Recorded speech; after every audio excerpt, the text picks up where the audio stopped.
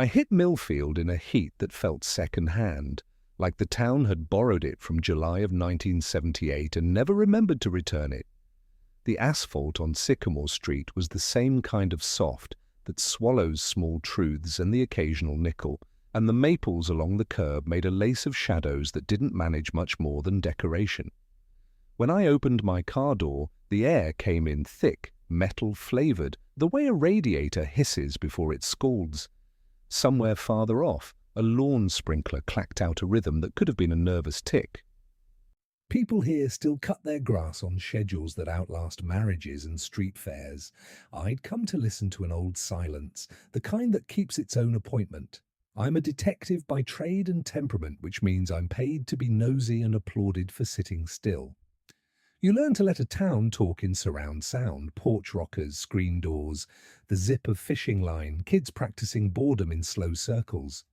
Millfield speaks best in the subjunctive, what it would have been had things not gone that way. Even the welcome sign seems to sigh, population, enough to know better. I had read the file so many times I could recite the first page like a creed. July 23rd, 1978. A Sunday scorched so hard the mercury itself was begging for shade.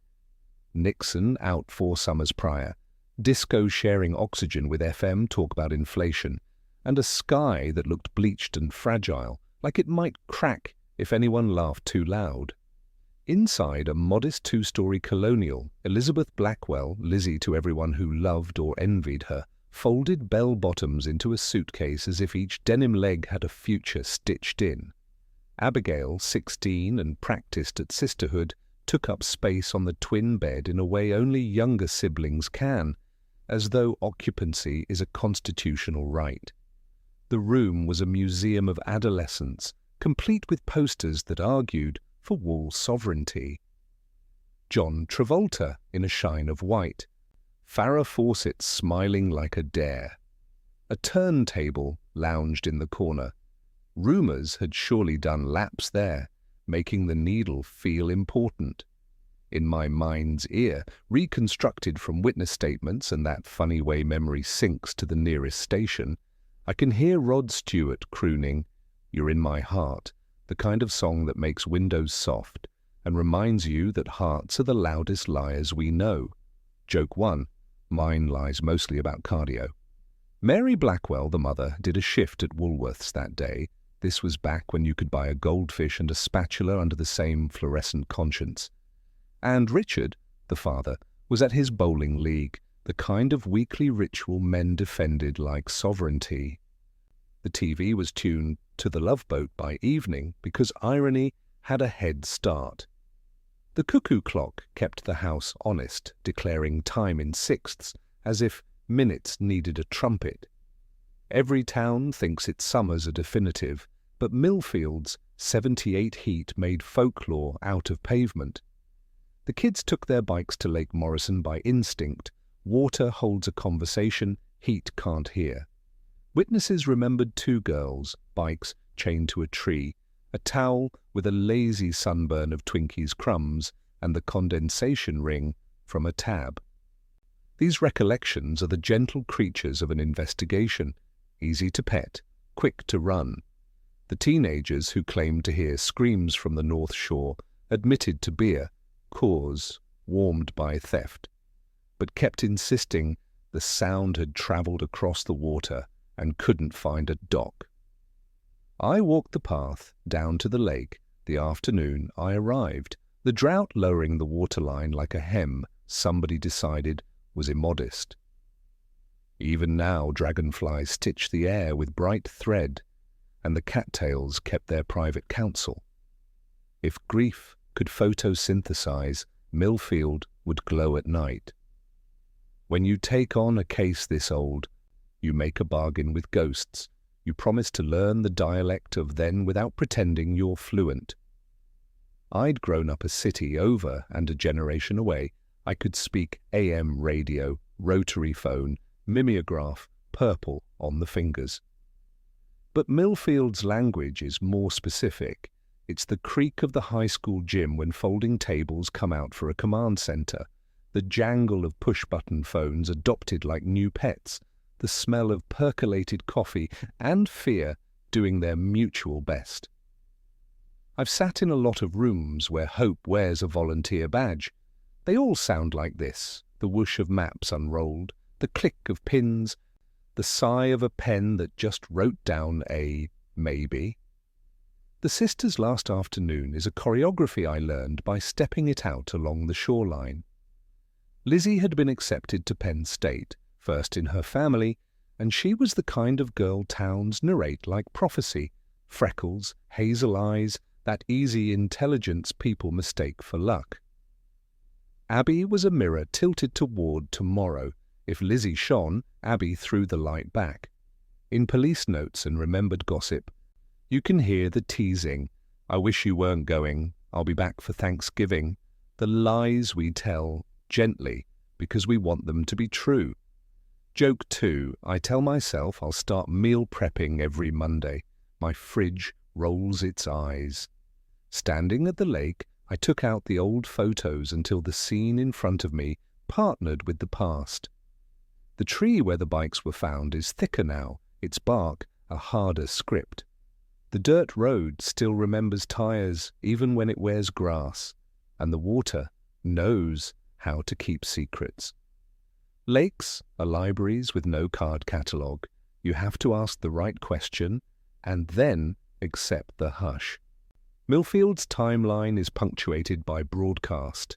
W. Penn's announcer turning his voice down to match the bad news, the Chronicle laying headline type that sounds like certainty. A town can be a chorus when it wants to be, and a whisper when it needs. The search widened into habit. Dawn found it already awake, flashlights pulling threads from the dark. Boats laid spotlights over the black surface and called it looking. In every interview, someone says, "We did everything," and they mean it, even if the everything available then was smaller than they knew. Years later, my years now, the town still lives, as if a porch light could bargain with fate.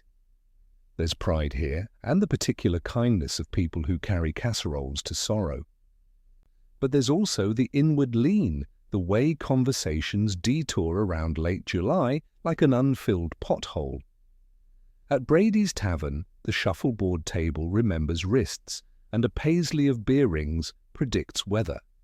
The regulars talk around 1978 the way fishermen circle a snag. They know it's there, they know it can take a line. If you listen long enough, the story assembles itself like a Polaroid. First the blur, then the outlines, then the thing you can't unsee. It begins in a bedroom pinned with pop idols, glides down a staircase that smelled of pine sol and good intentions, wheels toward a lake that advertised relief. It touches a father's bowling shoes, a mother's name tag, a friend's promise that grew teeth in her sleep. It tucks itself under the town's welcome mat and waits. My job was not to make the story kinder, it was to make it coherent. So I wrote it out, again, moving pushpins across a map until the board looked like a constellation.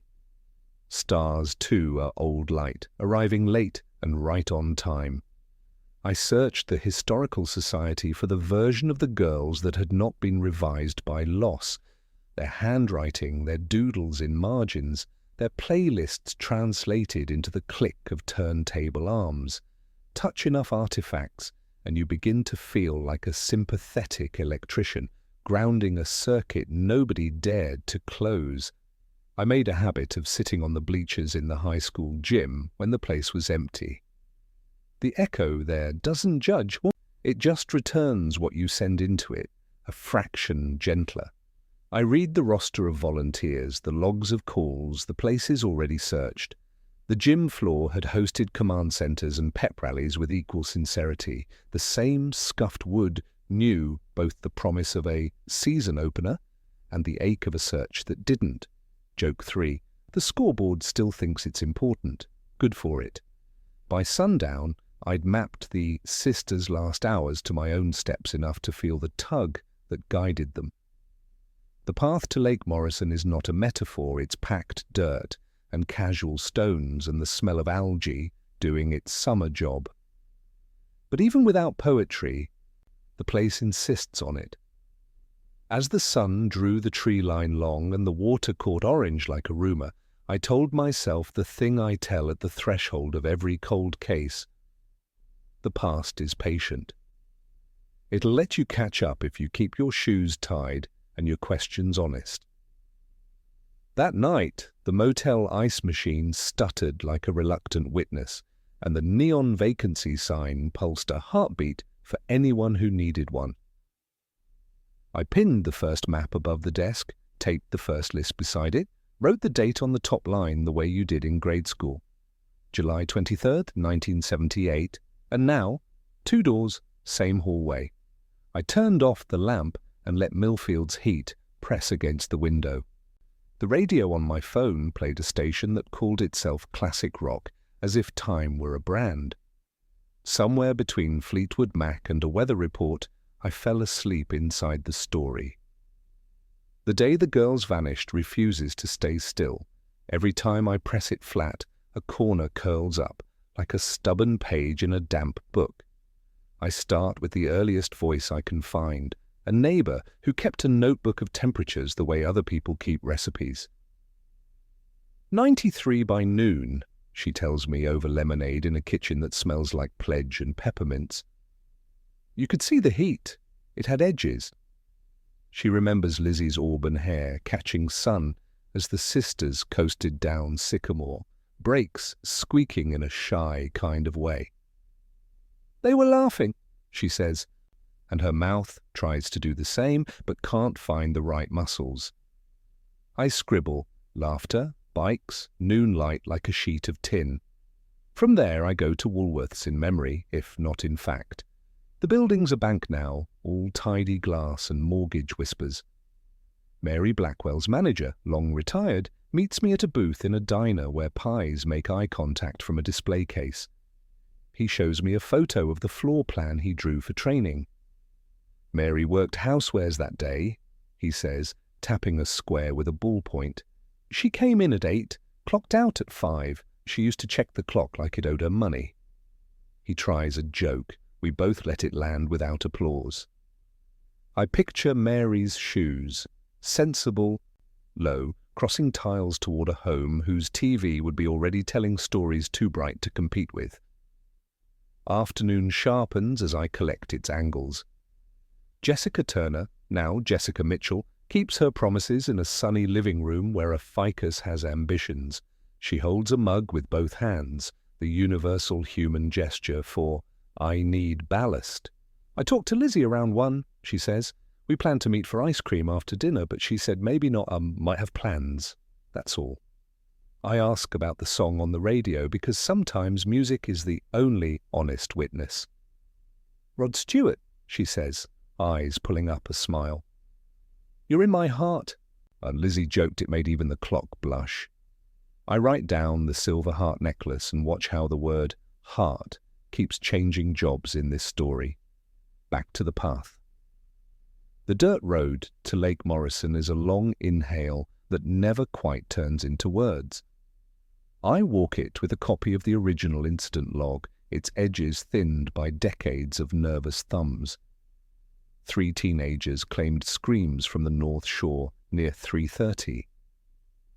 The boys, now men with mortgages and knees that predict barometric pressure, meet me at a picnic table that wobbles like a bad alibi. We were idiots, one says, which is the national anthem of 17. They admit to beer, to showing off, to skipping stones and watching them fail at physics. We heard something, another insists. Sound sits weird on water. It can be next to you and a mile away at the same time. I note wind direction from the day's weather report. I've learned that the air can be a suspect or an accessory depending on its mood. Joke 1, the breeze insists it's just an intern. I stand at the tree where the bicycles were found, older now, ringed with a patience I envy. The chain, logged as standard department store stock, had been looped twice, as if double knotting could count as prayer. One towel patterned in stripes, another in daisies, small facts that once tried to be cheerful and now aren't sure. A half-eaten package of Twinkies turned up in the evidence list, which means somebody wrote the word Twinkies in official ink while trying not to think about girls who should have been bored and sunburned instead of historical. The tab bottles, fingerprints taken and never matched, appear in my mind like glass commas. I turn them into pauses on my timeline, places where breath snagged and never quite recovered. By 4, the lake would have been a tired sheet, the kind of surface that makes the word still seem overconfident. The patrol logs have the boat launching at 12:17 a.m., but before that there were the volunteers with flashlights, their beams combing the shoreline as if light could learn to braid. I walk the north path and count 20 paces between the willow and the first boulder, another 30 to the place where the reeds give up. Mosquitoes treat me like a festival. Somewhere in the trees, a woodpecker auditions for percussion. Millfield's woods keep their counsel the way small towns do, close to the vest, careful with pronouns. I read the call sheets in the gym bleachers again, Mary phoning every friend, the repeated refrain of haven't seen, thought they were with, we were supposed to. Every cold case has a chorus of almosts. I take photographs of the map from the command center to trace out where the searchers already went, where they didn't, and where certainty pretended to live. An older volunteer named Ruth remembers the coffee and how it began tasting like fear around 2 a.m. We laid pins so neat, she says. We wanted the map to be proud of us. Joke 2. Maps love it when you pretend straight lines exist in the wild. The station clerk from 78, now a barber who tells stories as if hair is charged by anecdote, recalls a dark van with out-of-state plates. The description is so generic it might as well be vehicle-shaped. He's embarrassed by how certain he used to be. I tell him certainty is a tool, not a virtue, and it rusts like any other. He nods as if I've given him permission to forgive his younger self. We try on each lead like a jacket and put it back on the rack, even the ones that still smell of gasoline and adolescent bravado. What remains again and again is the lake. I lean on the physics of water to keep me honest. I talk to a hydrologist at the community college who walks the shoreline with me, explaining how sound rides the summer temperature gradient and how eddies can gesture misleadingly, like magicians with pockets. The lake keeps its own calendar, she says. Sometimes it gives up an hour from 1978 on a Tuesday in 2017. She laughs at her own poetry, then offers a chart like an apology. I tuck both into my folder because you need math and metaphor for this kind of work. Joke 3, I tell her I majored in both. She offers me extra credit. When evening angles in, I reconstruct the sisters' walk to the lake until my legs know it, the shortcut that isn't, the fence gap that looks official because it's been used, the way the path narrows and your shoulders unconsciously draw closer, as if the trees are negotiating with you. I imagine the rhythm of conversation, Abby gossiping, Lizzie editing, an older-sounding secret threading through their talk, the way dragonflies stitch the air. I don't let my imagination cast anyone but their voices. That's the discipline. Reconstruct, don't decorate. Back at the motel, I pin a new sheet of paper beside the map, between 2:30 and 4:30. It's the tunnel where the story hums. Witnesses fix the girls on the path around 3. The boys' screams drifted some time after. Jessica's call was at 1. Mary returns to the Love Boat around 6 and finds only the TV faithful to its appointment. The Ford LTD, the bowling alley roll, the cuckoo clock's hourly confession. Click, swallow, sing. I index these things like the town's pulse. The rumour mill churned loud that week in '78, a van, a stranger, a teacher, a drifter. Evil imports well when a place can't bear to think it's local. In my notes, I write stranger in lowercase and keep the capital for Lake Morrison, not because the water is guilty, but because it is central. It is stage and curtain and audience that will not clap. When I finally lie down, I picture the shoreline as a line of text lacking punctuation. In the dark, I add commas with my breath, slow, steady, and promise myself I will not choose an ending until the grammar of the facts allows it. Morning will send me to the Historical Society with clean hands and a sharpened curiosity. Tonight I let the day of the disappearance spool in my head like a cassette. I'm careful not to tangle. I whisper what I know, measure what I don't, and set the metronome again to the lake's soft insistence. Somewhere out there, the day is still happening. My job is to arrive on time. The Historical Society keeps time in glass cases and manila envelopes. The bell over the door chimed like a careful throat clearing as I stepped into the cool of a converted Victorian where portraits watched me with the patient boredom of people who have already posed for the worst of it. The air had a settled smell, paper, lemon polish, a hint of wool in winter, even when it isn't. Harold Jenkins, the curator, rose from a desk that looked like it had graded exams in another life. "You're the one asking about the girls," he said, not unkindly. His tie belonged to an era when ties gave opinions. I introduced myself and explained the scope of my request. He nodded, as if I had confirmed the town's long suspicion that stories eventually come home for supper. We didn't start with the display, we started with the basement, because grief prefers lower floors. On the way down, the wooden steps announced us with small noises that felt like apologies. Harold flipped 2 switches and woke a string of fluorescents that fizzed into honesty. Rows of shelves arranged themselves like obedient pews. He wheeled out a grey cart and stacked it with 4 archival boxes stamped Blackwell, Elizabeth and Abigail, gift of 2005. When the cart stopped moving, the room remembered to be quiet. I put on cotton gloves that made me feel like a cautious magician and lifted the lid from the first box. Yearbooks greeted me in a chorus of block letters. Millfield High, 1976, 1977, 1978. The pages smelled like a classroom in June, ink and dust and the exuberance of signatures that don't yet know how rare it is to be entire. I found Lizzie's portrait, the auburn hair, the steady look of someone who's already holding the door for her own future. In the margins, her friends' notes bent themselves into optimism. Stay sweet. Don't forget Science Club. Call me from Penn State. I traced the indentation of exclamation points with a fingertip and felt the muscle memory of a town rooting as hard as it knew how. Abby's pages were different, but rhymed. Clubs tried on like hats, a candid photo where she's half laughing, half impatient with how long a camera takes to click. Someone had drawn a tiny set of wings beside her name.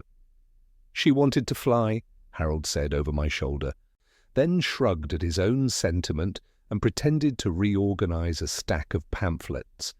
I kept turning pages because that's what the living do, volunteer to be haunted in an orderly fashion. Photographs sat in the second box, sleeved in plastic, each with a number written on acid-free paper in a librarian's handwriting, straight enough to stand inspection. The sisters at Lake Morrison in a May that did not know July. Mary on the porch steps, her smile a decent improvisation. Richard holding up a trout with the pride of a man who expects applause from fish. I tried not to inventory the future onto each face.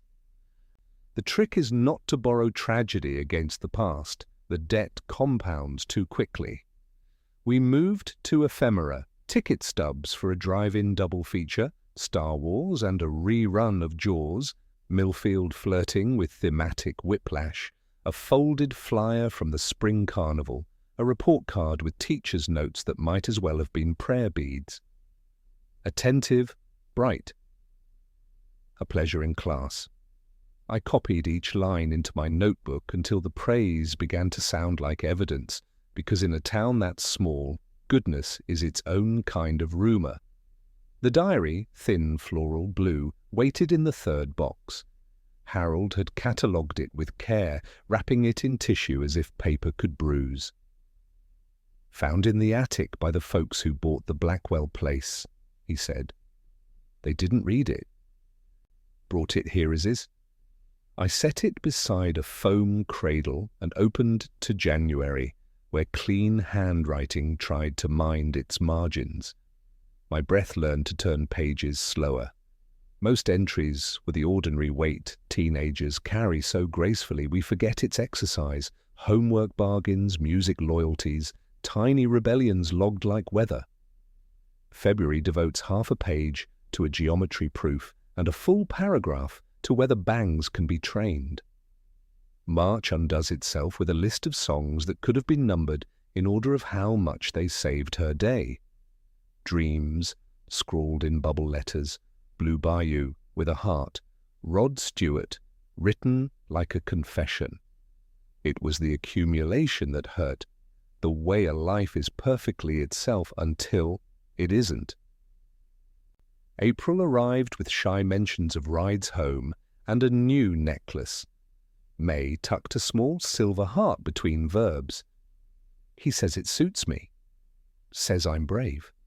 R appeared first as a single letter that pretended to be an initial and then continued to pretend convincingly. Lizzie's sentences shifted, still neat, but now sometimes breathless, as if punctuation had to jog to keep up. She kept drawing little maps in the margins.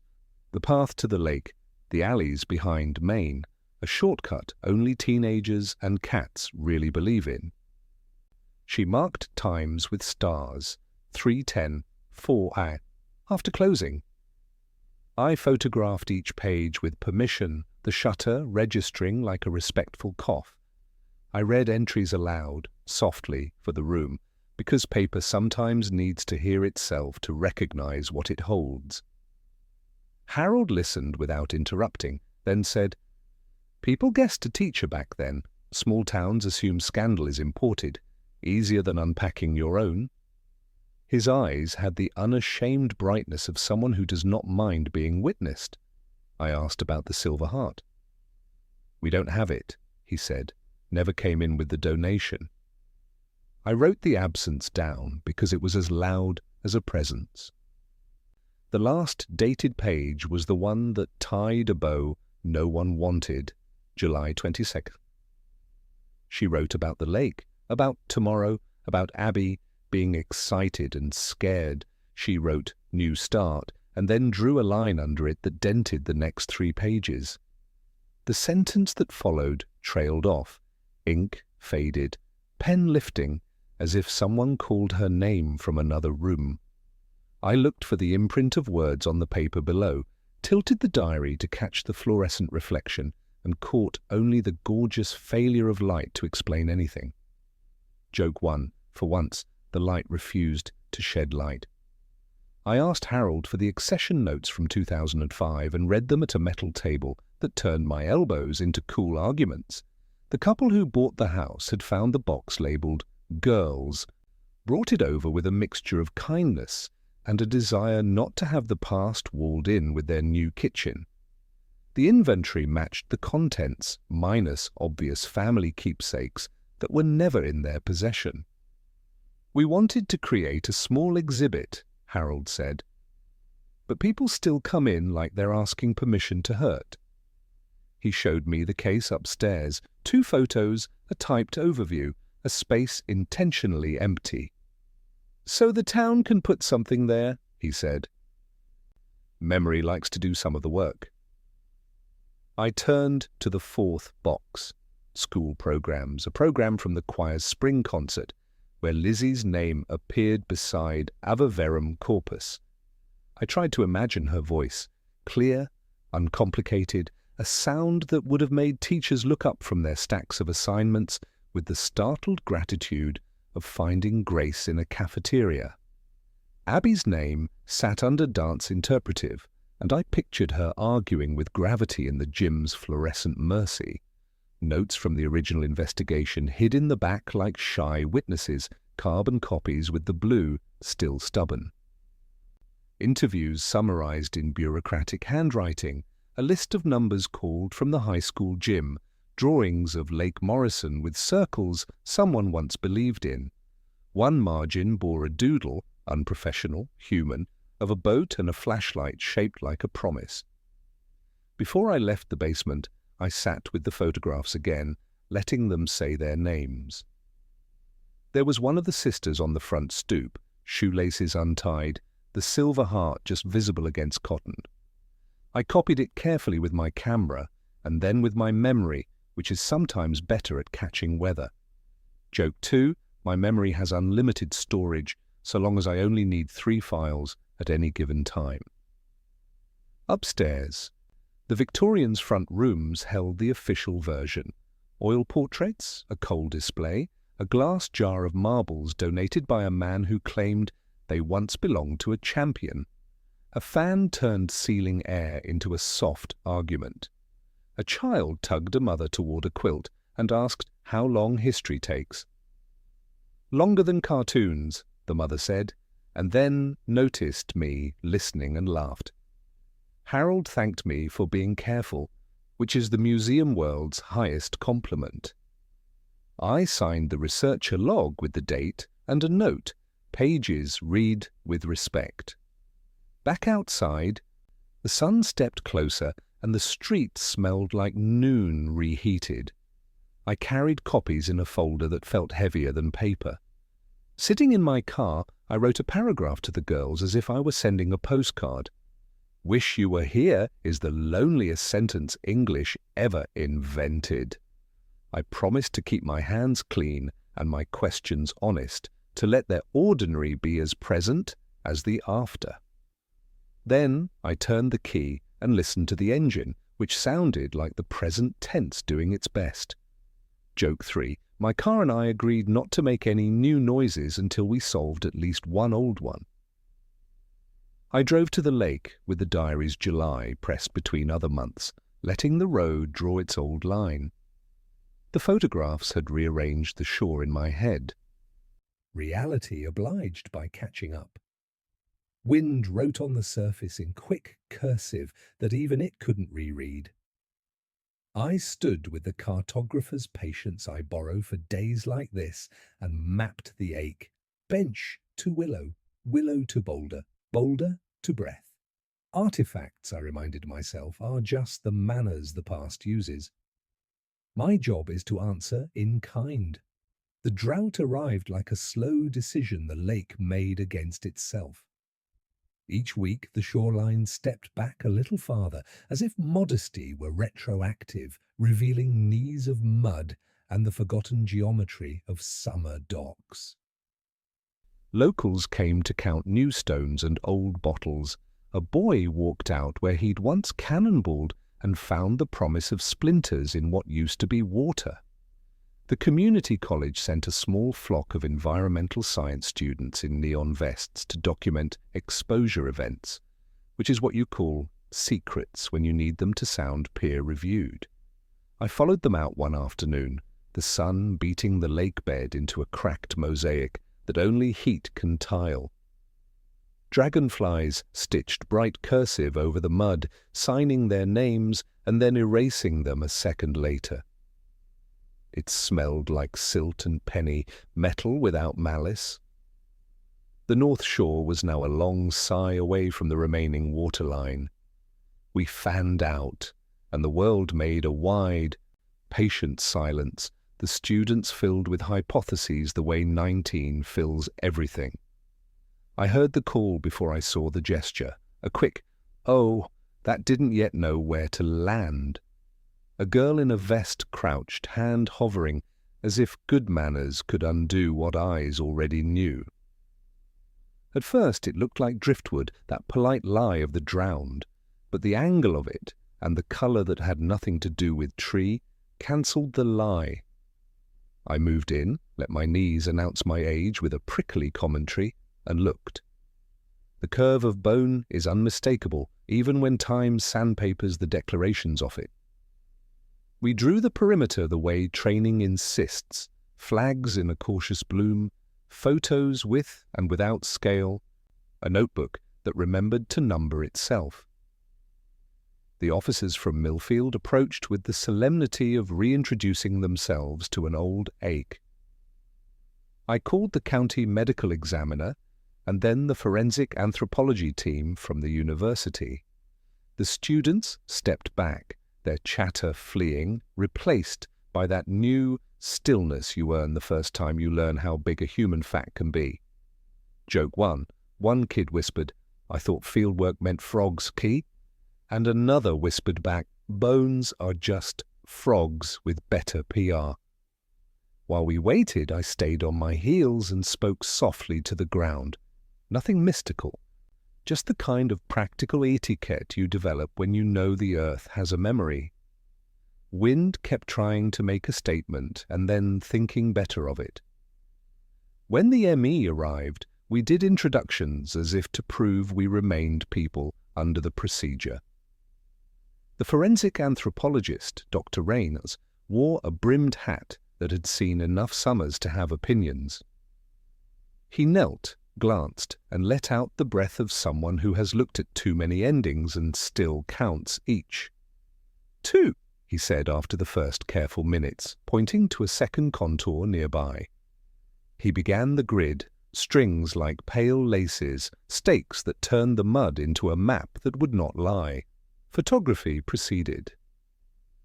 Measurements accumulated until the page looked like a proof.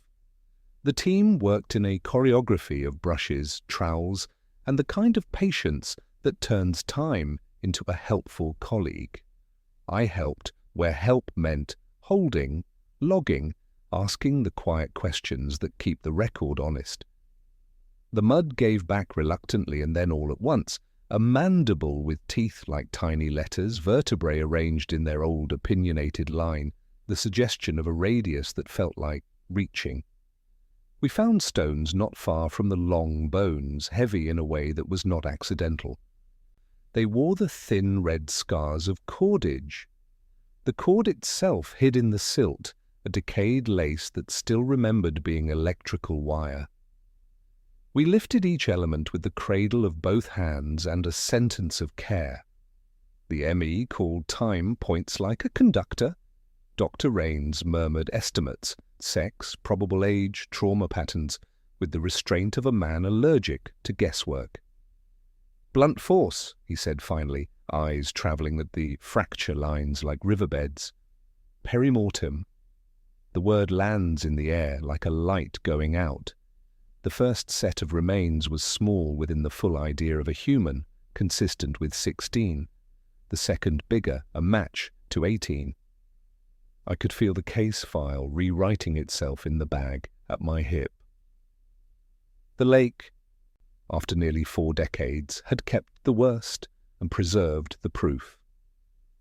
The bones came up with a tenderness that made everyone careful with their voices. A third stone shifted, and with it a small clink that did not belong to geology. We sifted and found jewellery, a charm bracelet clouded by its long sleep, and a silver heart tarnished into a dusk that still mourned the light. It matched the diary's ink so precisely that I had to pretend my hands were just hands.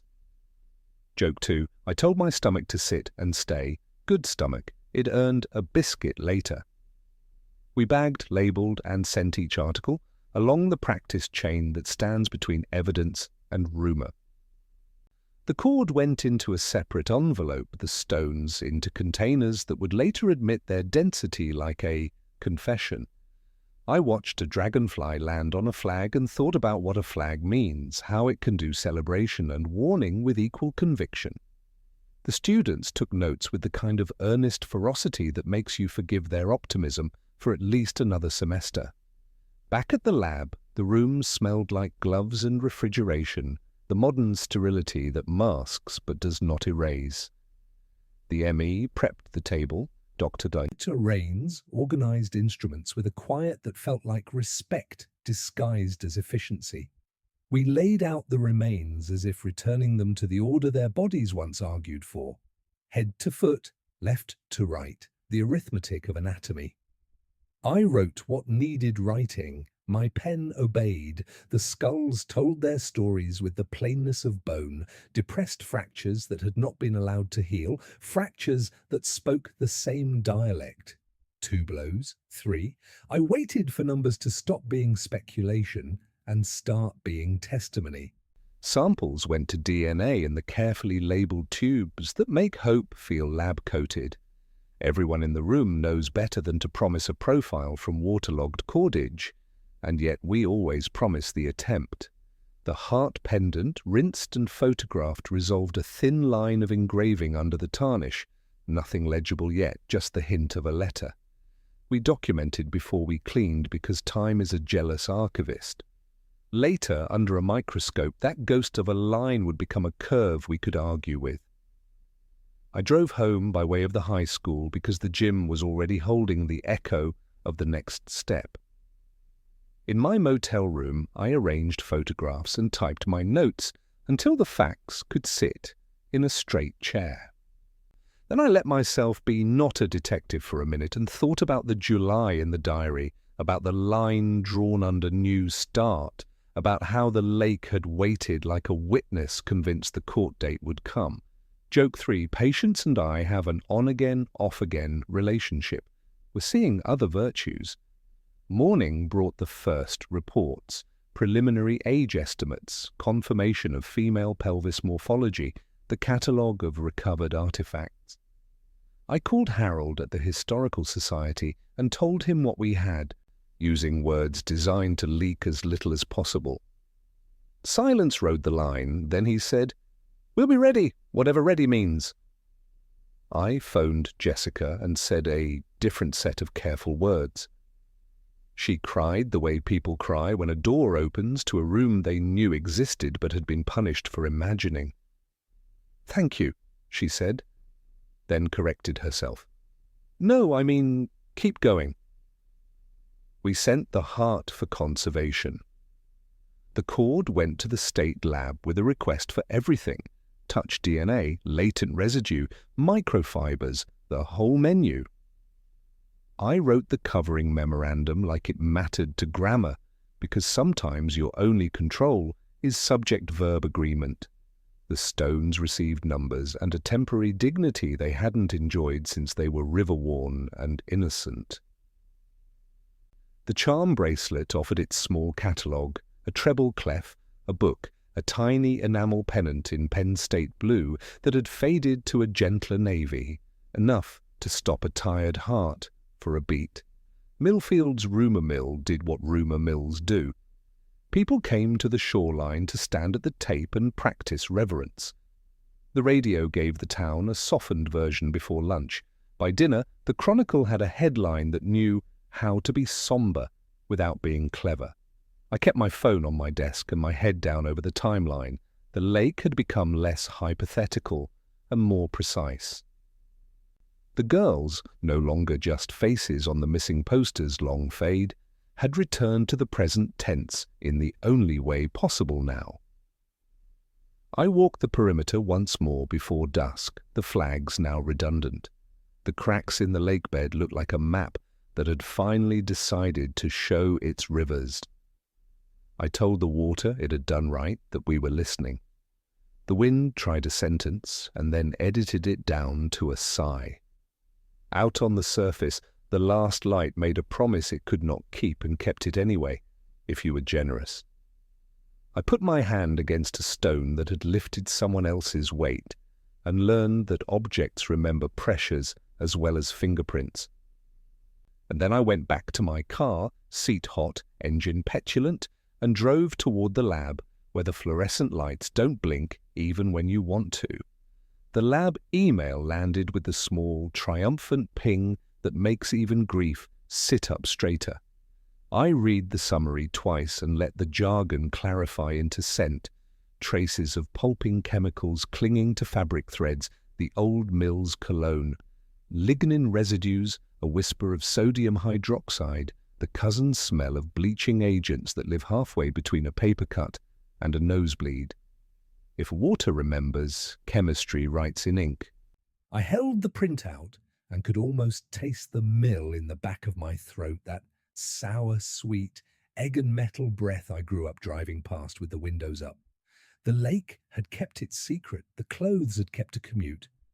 The paper mill had been demolished in the 90s and reincarnated as a shopping centre where you could purchase a candle that pretended to smell like forests. The parking lot laid its black tongue out in a heat shimmer. I stood on what used to be the loading dock and watched carts rattle where forklifts had once argued with gravity. The map in my folder overlaid the present like tracing paper, pulping here, bleaching there, the machine room a long cathedral of noise that never learned to pray.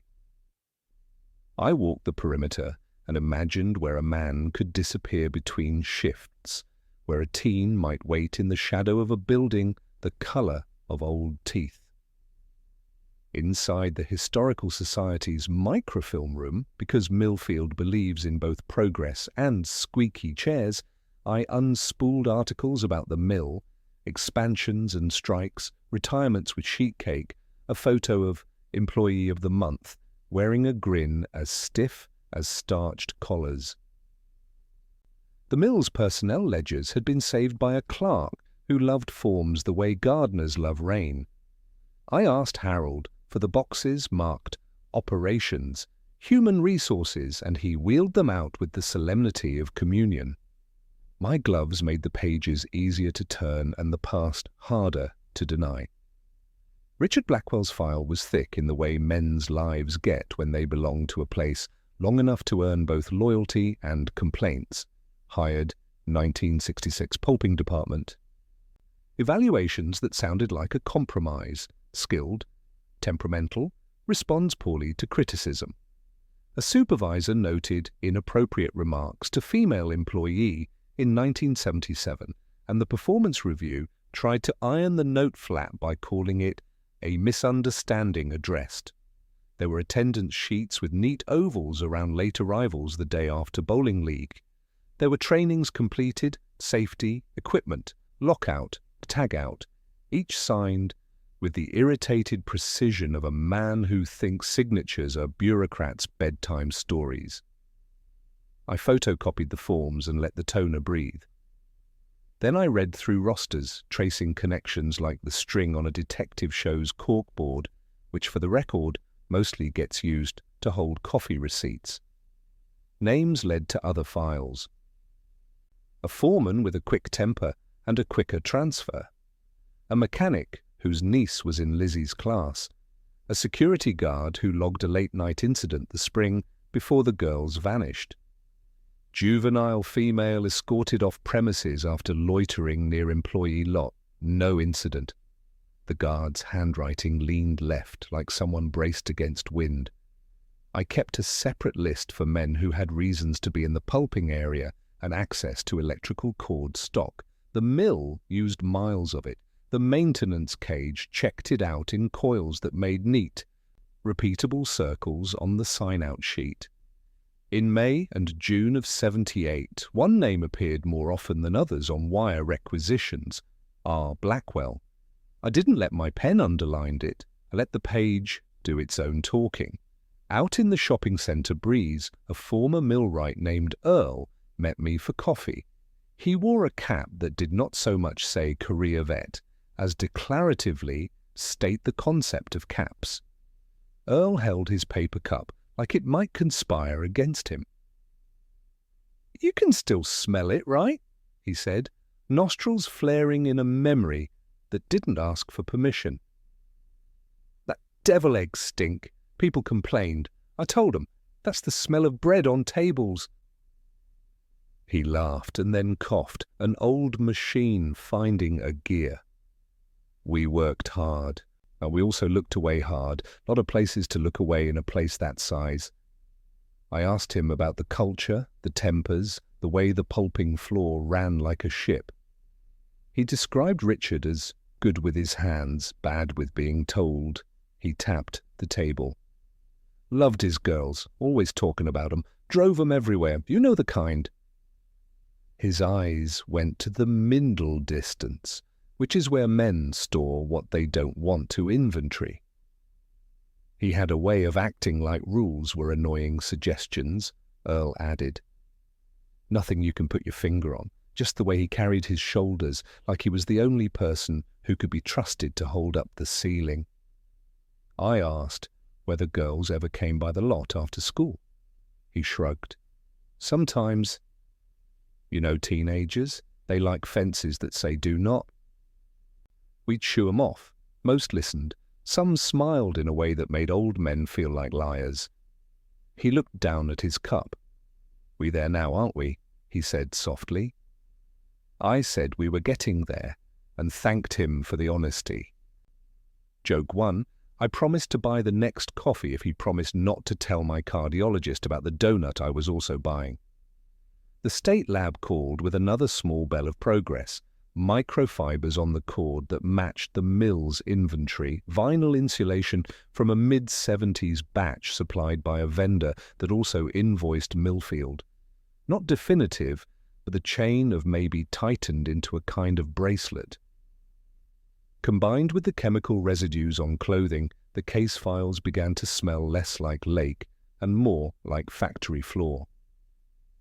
I wrote a memo that did the quiet math and sent it to the DA with enough caveats to build a fence around the word probable. Jessica met me again, silvering at the temples, eyes bright in that brackish way that grief and relief share custody of. Older, she repeated when I asked her to run the exact adjectives again. Not school old, work old. I slid her a photocopy of the heart pendant, still mid-conservation, its engraving emerging from tarnish like a thought trying on words, a curve that could be part of an E or an R. She touched the paper. He said he could give her rides home, she murmured. Said he worked with her dad. She looked up at me. I thought I knew what that meant. I walked the skeleton of the mill again, this time in the county's records office, where construction permits sleep beside letters typed in the fever dream of municipal English. A 1978 memo complained about trucks idling near the north lot. A photo for a safety poster caught the corner of the pulping floor.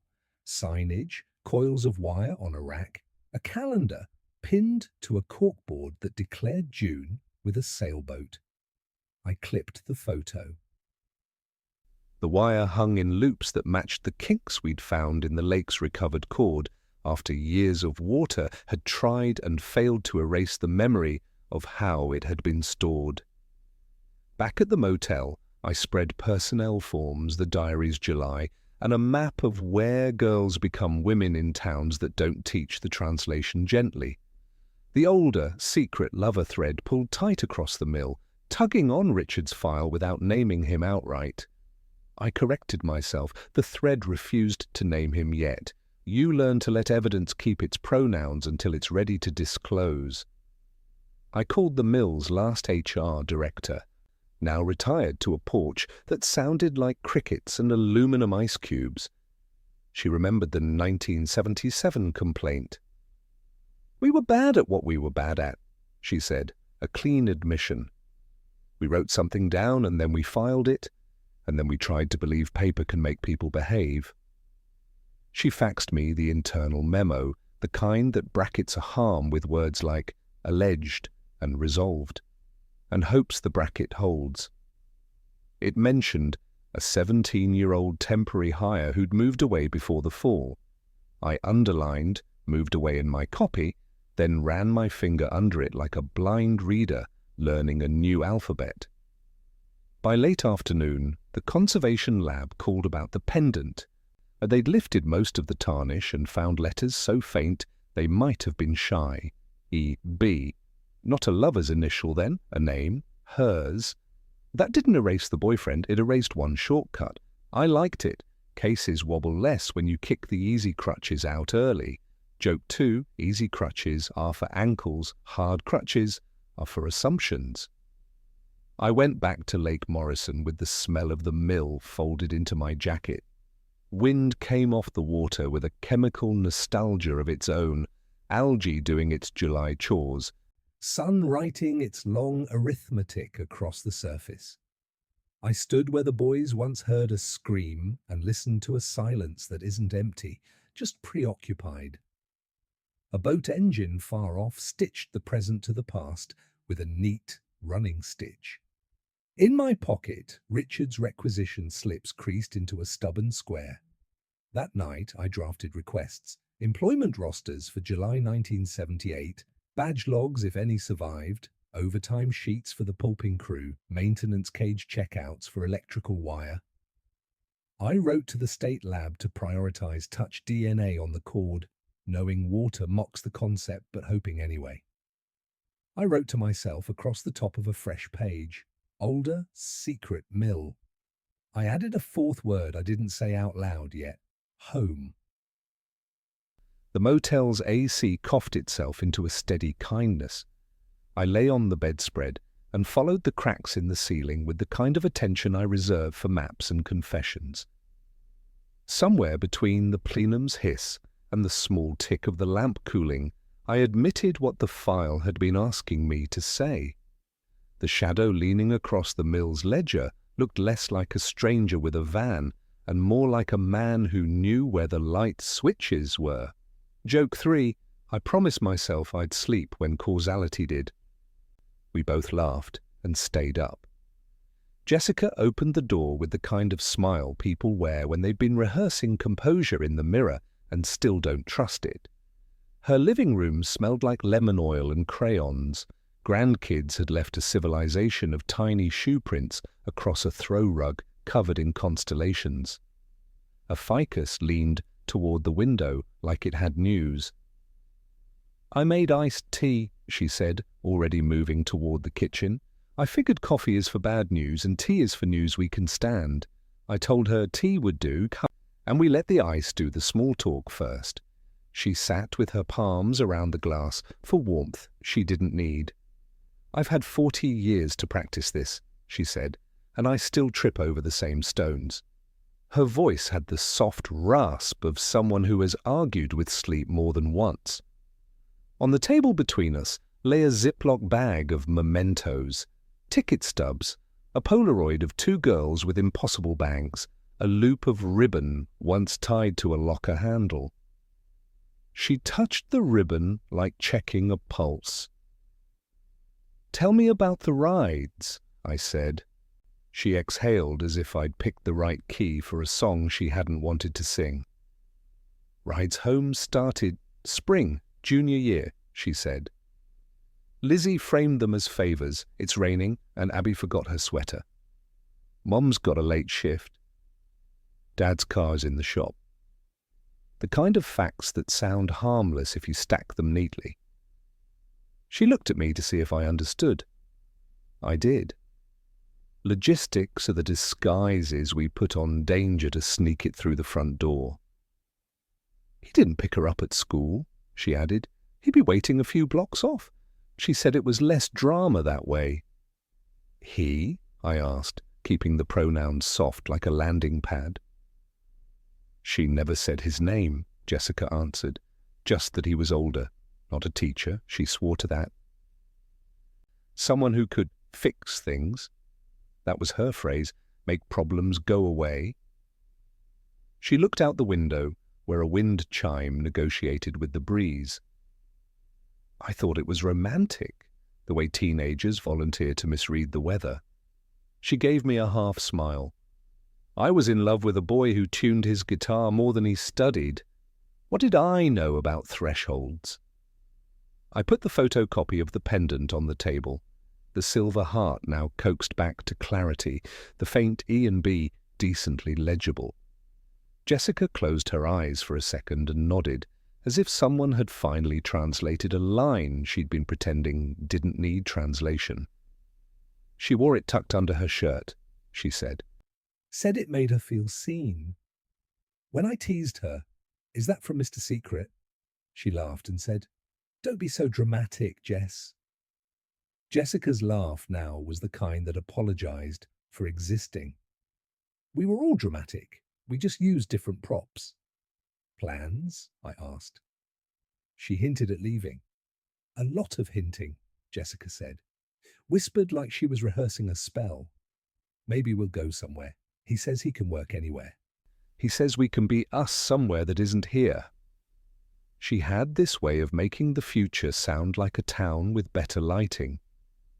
The ice shifted in her glass. She kept circling back to Abby whenever she talked about it. Not we, as in Lizzie and the man, we, as in the three of them. That bothered me even then. It sounded like a breath held too long. I told her about the diary maps, alleys, shortcuts, the path to the lake, measured in little stars, and watched her face arrange itself around the shapes of streets she still drove every day. I walked those with her, she said. We'd cut behind Mrs. Landry's fence because the dog only pretended to care, and we'd hop the broken rail by the culvert because everyone did. She'd wear that necklace and hide it when we turned onto Sycamore. Not because of Mary, because of him. Him who? Jessica stared at the condensation ring her glass had made, as if water could reveal the trick. I thought it was a young teacher at first, she admitted. Then I thought maybe someone's older brother. Then I decided not to think. That's the part I'm still writing apology notes to myself for. Her mouth trembled and then became stern at itself. I told the police about the rides back then. I told them about the necklace. I didn't tell them the thing that lived under my rib cage, that he made her feel responsible for his happiness. She used phrases like, "He needs me, and he can't do this without me." That's not romance. That's architecture. We let that sit until it took its chair. I flipped my notebook and drew a careful box around the word responsible. Do you remember a night she sounded different? I asked. Sharper, maybe? Jessica nodded immediately. July 21st, she said. 2 days before. She called me at 10. I was painting my nails the color of bold decisions. She sounded buoyed. Tomorrow we're going to the lake, she said. Just a picnic. It's going to be like a practice run. She laughed when she said practice, and I didn't like how it fit in my ear. I said, practice for what?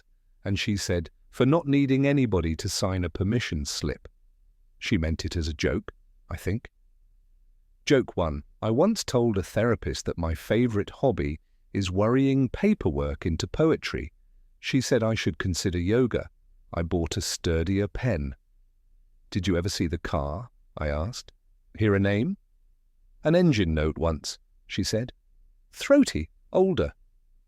Not the sweet whine of our little Civics to be, more like a boat learning to be a sedan. She closed one eye, replaying sound. She mentioned he parked near the mill when he wasn't picking her up, and that he had keys for everything. She said that like it was a magic trick. Jessica rubbed her thumb along the rim of the glass, and then set it down. She did tell me one other thing, and I didn't remember till last night when you called. She said he'd shown her where the mill keeps the good flashlights. Jessica looked at me. Why would anyone need a good flashlight if what they were doing wasn't in the dark? The room made a small silence that felt heavier than furniture. I wrote flashlights and underlined it once. She ever talk about being scared? I asked. Scared in the way excitement is, Jessica said. That frayed edge. She said Abby would come. Because Abby believes in adventures. Lizzie thought she could be the bridge between him and the rest of the world. That's the curse of girls like her. They mistake their competence for proof they can do the impossible. They can until they can't. We paused to let a siren pass. Somewhere in the distance, a small-scale emergency making its way through a town well practiced at stepping aside. I felt like the metronome for this story, Jessica said quietly. Tick, secret. Tock, promise. Tick, plan. Tock, lake. If I had thrown the metronome out the window, would the song have stopped? She shook her head before I could answer. That's not how music works. I told her about the chord, the stones, the chemical residue that smelled like the mill's bad breath. I told her the pendant had EB on it, not initials to some Romeo. She looked relieved in a specific way, like a wrench had been removed from her chest. Good, she said. I didn't want his mark on her skin. Then she frowned. But his hands were there anyway. We moved to specifics where the rides began, where Lizzie said she waited. Which houses had porches with nosy chairs? Jessica sketched a little map and narrated the mailbox tour of Millfield, Mrs. Caffrey water-spritzing her begonias, Mr. Kozlowski timing the mail like a race official, teenagers practicing aloofness in pairs. He didn't want to be seen, she said. That was the rule. If rules were a country, he was a citizen. Did she ever say he reminded her of someone? Jessica's mouth did an odd thing, like an answer had been trying to climb out for decades and forgot its limbs. She said he knew what she needed before she asked, she said. Said he could read her like Mary could, but without the lecture. Her eyes met mine and held. The room's temperature did something measurable. I told myself she meant like a parent in the abstract. But you're about to say there was nothing abstract about it. She looked down, found a tissue, folded it with the attention of an origami student failing forward. I always hated the way Richard treated her like a co-captain instead of a daughter, she added. Loved her a little too much in public, if that makes sense. Not touching, just claiming. He'd hover at dances and make jokes about boys being unworthy, drive her to practices and keep the engine idling like a threat. We let Richard's name sit between us like a radio someone had turned down but not off. I need to ask you to say the hard part, I said. Do you think the older man was him? Jessica's jaw worked, then softened. She looked toward a framed photo on the mantel, her own daughter smiling beside a dog whose head was half-tongue. I think Lizzie believed the only way to keep everybody safe was to run toward the person she was supposed to run from, she said. If she could be the adult in the room, then nobody would have to know there was a room. She wiped her cheek with the back of her hand. So yes. I think it was him, and I think she thought bringing Abby made it impossible for anything bad to happen. Because surely a father wouldn't, she refused to let the sentence finish. I closed my notebook. Sometimes the echo is the kindest part. We talked about lighter things for a minute, the Ficus's gossip, the way grandchildren smuggled time out of the house in fistfuls of crackers. Joke 2, I asked the Ficus for comment, and it refused on the grounds of photosynthesis. Before I left, Jessica pressed something into my palm, a photocopy of a poem Lizzie had doodled on, the kind teenagers inherit from notebooks and make their own with hearts and arrows. In the margin, Lizzie had written, New start, sheet, choose, daylight. I folded the copy carefully. On the porch, the afternoon had ripened into that wide, humming docket of summer. A neighbour waved, a dog considered barking, and then decided on diplomacy. As I backed down the steps, Jessica called out, Make it count, not just the answer, the telling. I promised I would. Joke 3. I also promised to return her Ziploc bag if I ever figure out how to catalogue the national debt of nostalgia. In the car, I spread the map she'd drawn beside the mill, schematics and my own walk lines from the lake. The roads overlapped like veins, rides, heart, whispered plans, daylight. A town can hide a lot of things, but it can't hide the way paths converge. I touched the place on the map where the mill's north lot kissed the street that led, a mile of gravel later, to water. It felt less like a clue and more like a road, remembering what it's for. I started the engine and let the air vents practice mercy while I made the next call. The one that would take the word suspicion and give it a first and last name. I wrote the petition the way you proof a parachute, twice, then once more after you've already jumped. Exhumation, the word itself, is a wince in legal Latin, and it asks you to be the kind of brave that looks like paperwork. I stacked the diary quotes, the cord requisitions, the chemical traces, the interviews, the timeline like vertebrae, each one clicking into the next until the spine could hold. On top I placed our gentlest truth. If we could compare the partial DNA from the wire to Richard Blackwell's remains, we could stop letting the worst idea in town live rent-free as rumour, and either charge it with the mortgage or evict it for good. The district attorney read in silence, one finger on the corner of each page as if ready to turn time itself. She reached the paragraph where I used the phrase intrafamilial dynamic and exhaled through her nose. "You're not the first person to bring me a father-shaped monster," she said, and the way she said it made the office's fluorescent lights feel like mood lighting for bad news. "But you built this like a bridge." She tapped the signature line. "I'll sign, and I'll carry it to the judge myself, but you know you're going to set the whole town vibrating." "I know," I said.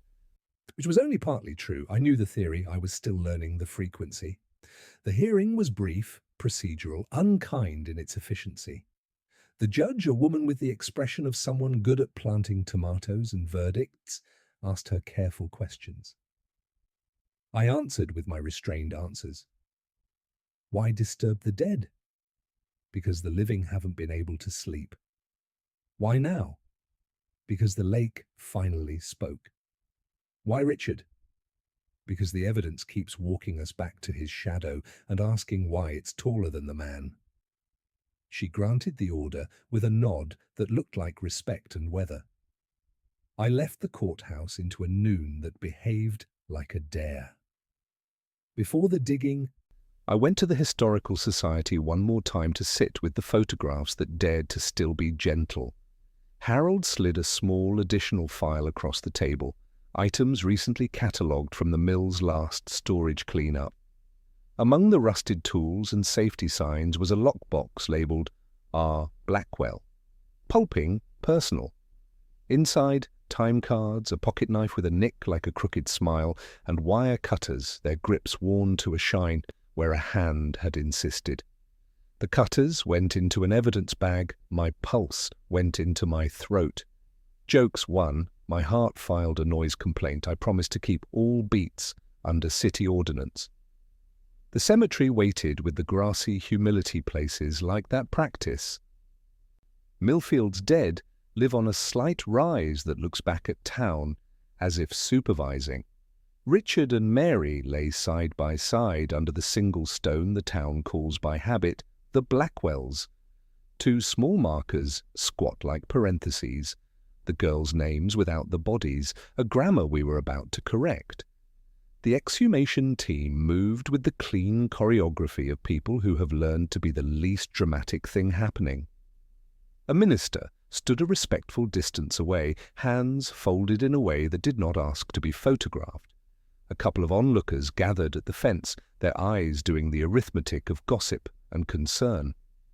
I stood near the foot of the grave and looked at the grass clippings snagged in the stone's carved letters. I had the uncharitable thought that the word beloved should come with a footnote. Love is a many-splendid scapegoat. It hides hands, it signs permission slips, it gets invited to every alibi. If I've learned anything in this work, it's that "he loved them" can be both true and the most irrelevant sentence in the room. When the coffin was lifted, Mudd made the only comment. We took what we needed, bone samples, hair if any remained, a small, endured history of a man who did not think his molecules would testify. And I thanked the team in the same tone you use for nurses and air traffic controllers. And then I walked the slight hill to the girls' markers and told them what we were doing. Not because I'm dramatic, because courtesy is the only religion that never embarrasses me. The wind made a brief, undecidable gesture that felt like either yes or don't mess it up. Chain of custody flowed like a good sentence. Subject, verb, object. No dangling, anything. The state lab tech met me halfway like we were exchanging wedding vows no one would clap for. Touch DNA on cord is thin ice, he said, already labeling, but exhumation gives us better skates. Joke too, I told him I'm more of a cautious stroller. He said he'd get me a helmet anyway. While the lab did its slow magic, I did the fast, unlovely work of filling in the man around the suspicion. I returned to people who had known Richard when he could still pass for complicated instead of dangerous. Old co-workers said words like provider and solid, and then added the reputational fine print. Didn't like being told no, kept score, liked his routines like they were pets. A neighbor used the phrase command presence, and then looked embarrassed for having accidentally complimented him. A former bowling buddy remembered that Richard drove angry, even in parking lots, even when he wasn't late. I asked about Lizzie in those households where people still keep a chair ready for a ghost. An elderly woman who had chaperoned a dance remembered how Richard stood in the gym doorway with his hands in his pockets, like a man running inventory. "He made jokes," she said, "but they weren't funny to anyone but him." She lifted a plate of lemon bars at me because grief is a Midwestern potluck, even here. "We used to think he was just proud," she added. Maybe proud is just controlling, with better PR. I toured the old house on Sycamore with the consent of the current owners, a kind couple whose eyes kept apologizing for their good taste. Renovations had made clean squares out of what used to be narrow rectangles, but the attic was still the attic, a place where heat rises to file its complaints. I traced where Mary had stored the girls' box once upon a time. The beam over the little window bore a faint gouge, the kind you make when you're frustrated with nails and the hammer joins in. In the garage, a pegboard hung with modern tools, but a ghost outline remained where old cutters had once rested. My hand hovered over the shape like echolocation for sadness. The mill gave me one more small gift, a maintenance log curated by a conscientious soul who believed in clipboards. It listed a locker clean-out in August 1978. In the margin, an initial, RB, beside wire cutters, replaced springware. Replaced, not missing. A detail that shifted the weight slightly from theft to habit. He hadn't taken a coil of cord, he had daily access to the spool, and the cutters were merely an extension of his hand, the way a pen is an extension of mine. I wrote that in my notes, and felt the odd intimacy of tools. At night I sat in the motel with the wire cutters in an evidence bag on the counter, like a bad roommate. My laptop screen glowed the color of modern certainty.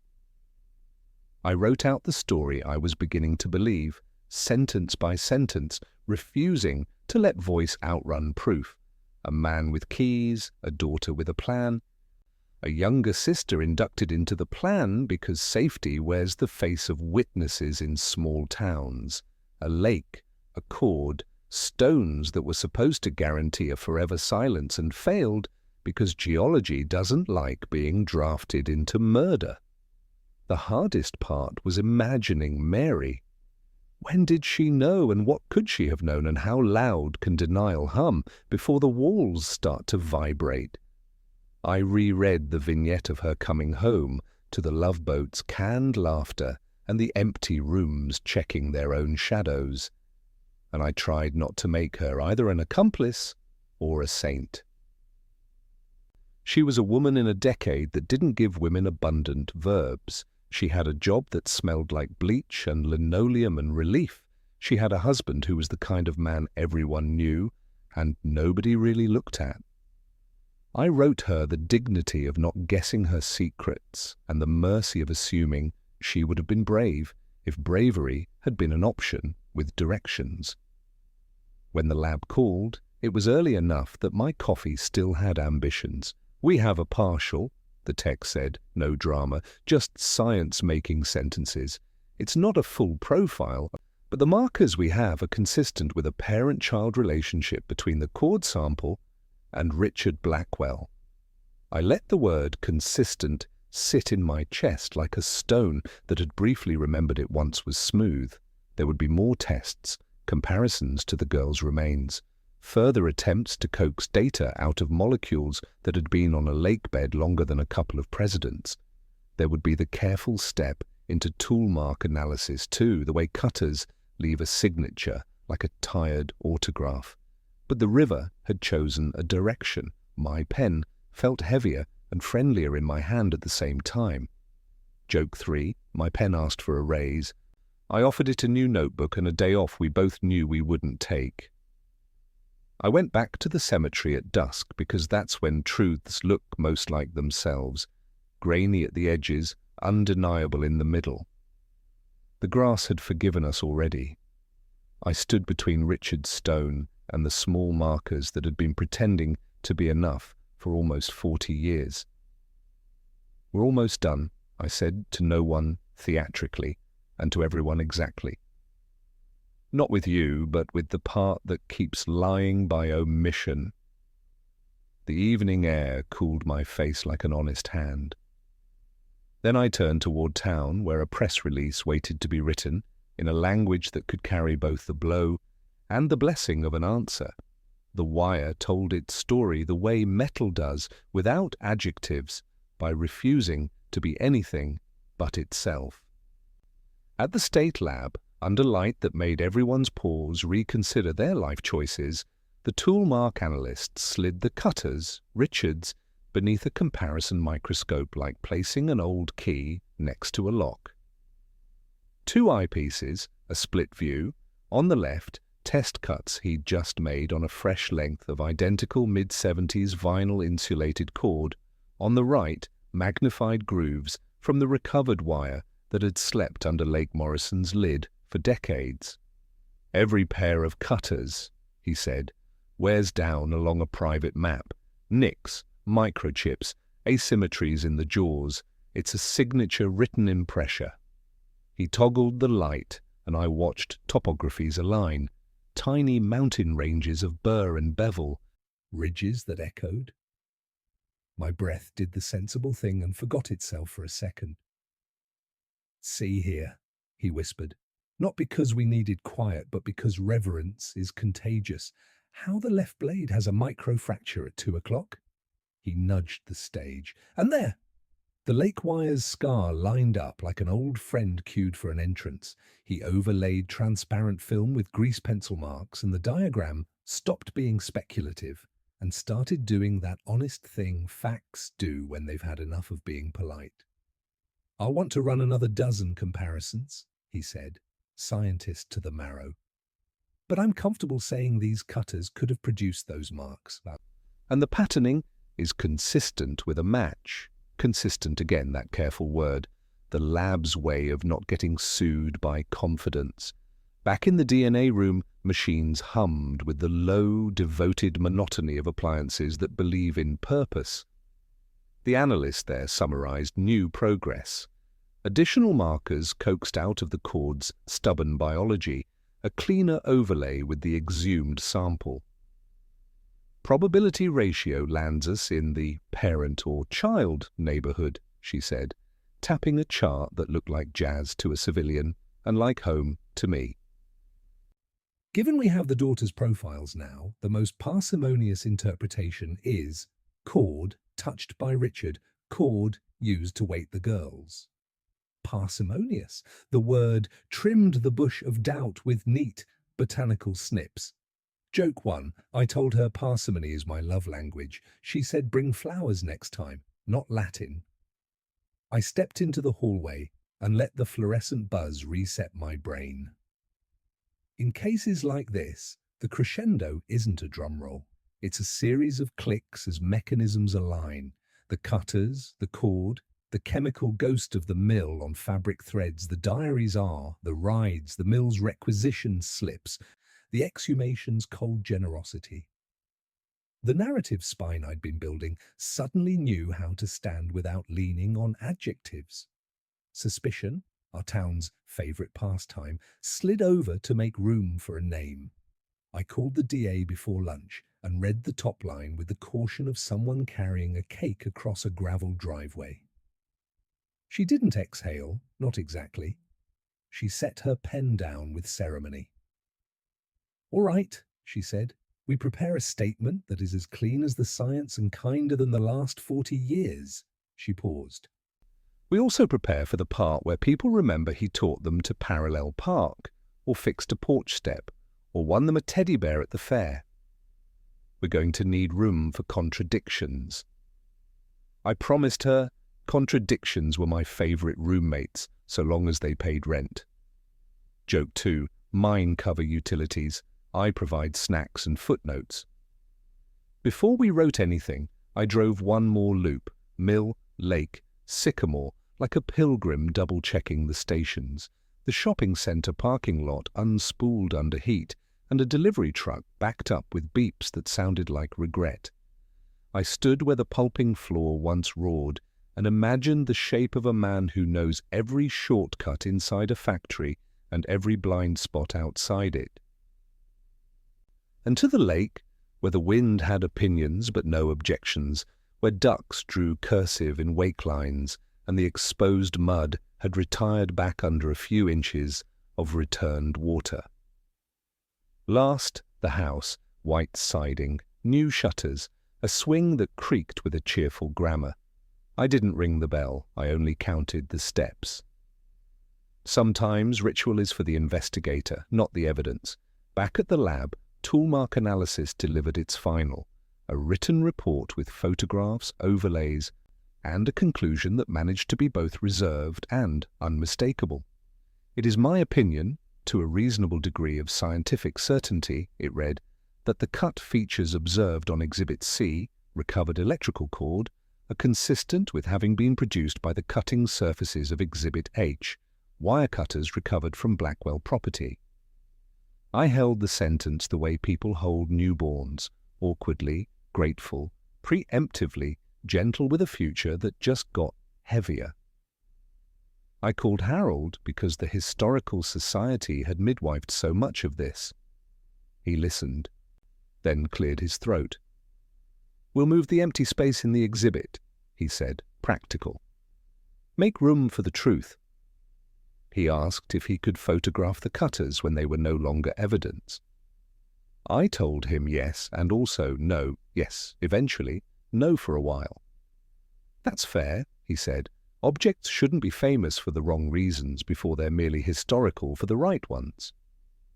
I wished all curators could moonlight as ethicists. Jessica got a different version of the call, built from softer nouns and no numbers.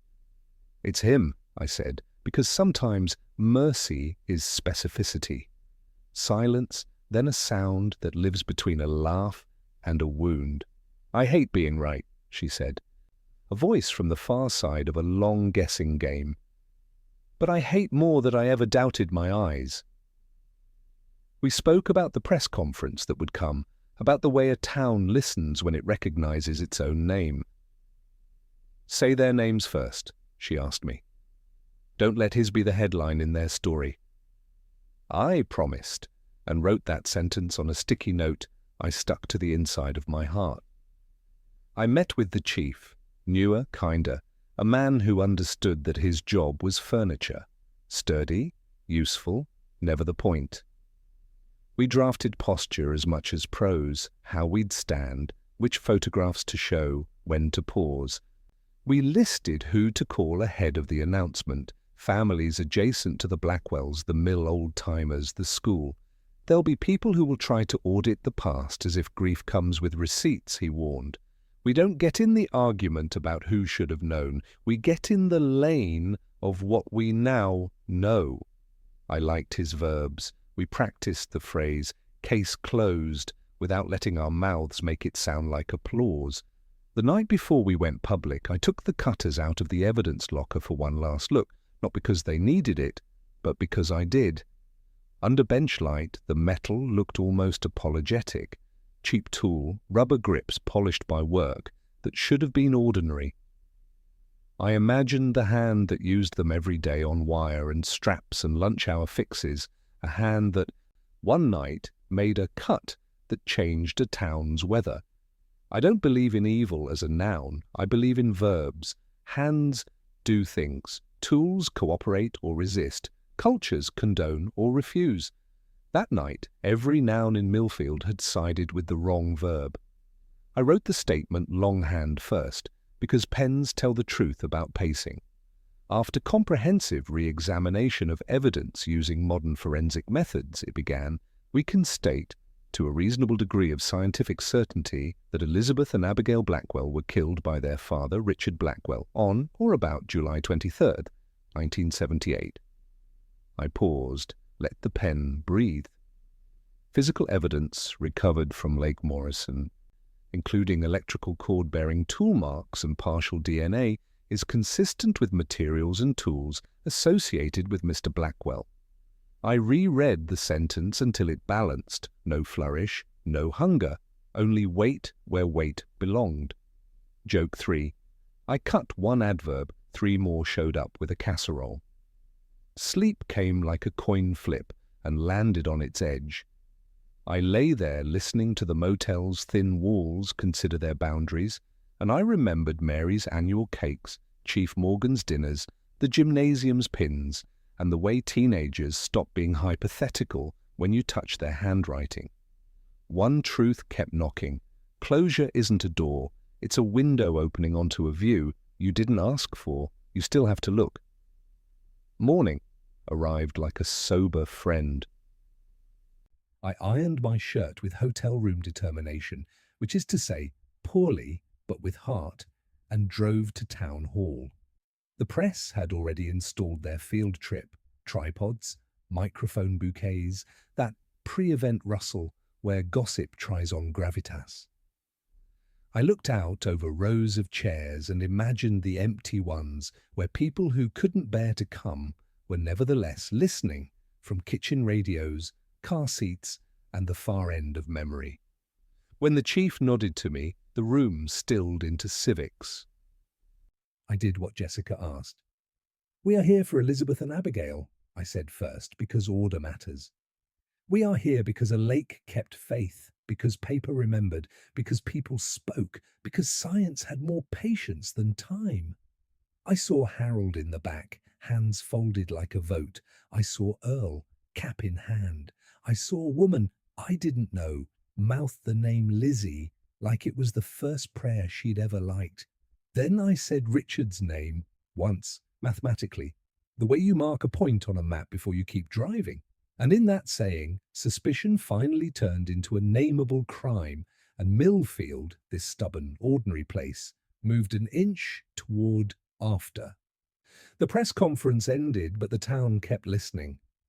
After the last camera light clicked off, the air in the hall felt like cooled solder, set but still giving off a faint heat. People approached in small waves, each with a different kind of thank you, a different kind of, I'm sorry, a different kind of question that had learned, finally, to stop asking for miracles and start asking for receipts. A man my age shook my hand too hard and said, I searched that shoreline with my dad, as if he needed me to notarize a piece of his boyhood.